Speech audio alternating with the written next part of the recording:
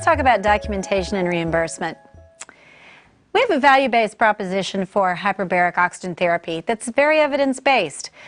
Our value-based proposition is that hyperbaric oxygen in conjunction with revascularization will improve healing rate and decrease major amputation.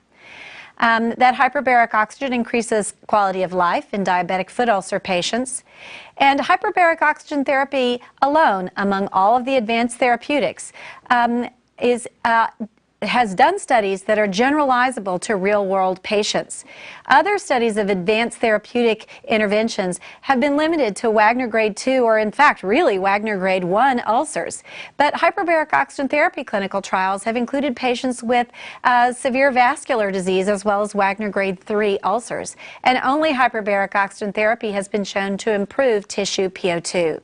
When we look at data from the U.S. Wound Registry, we evaluated 50,000 patients from 38 centers.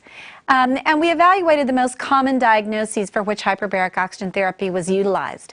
Diabetic foot ulcer is about the fourth most commonly utilized reason for hyperbaric oxygen therapy.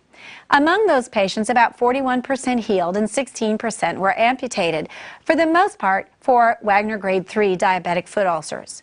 Now when we look at the bad news, we see that out of the 5,240 outpatients who, when we did an assessment of the total cost of those patients, the total cost they accrued to the system was more than $29 million. And if we extrapolate that for the total number of patients we know who have venous ulcers, pressure ulcers, and diabetic foot ulcers, we can estimate that about $25 billion were expended to heal or care for their wounds on the outpatient side.